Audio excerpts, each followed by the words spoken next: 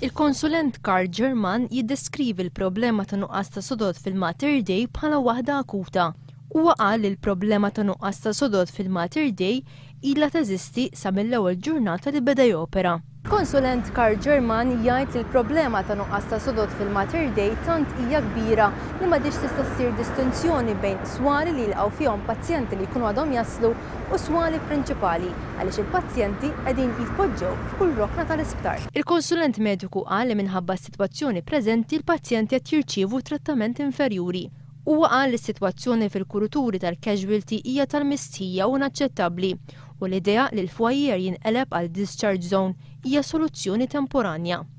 Fidiem li għaddew dan l-istazzjoni pubblika korrispondenza oħra tal-konsulent Anthony Gallia de Bono.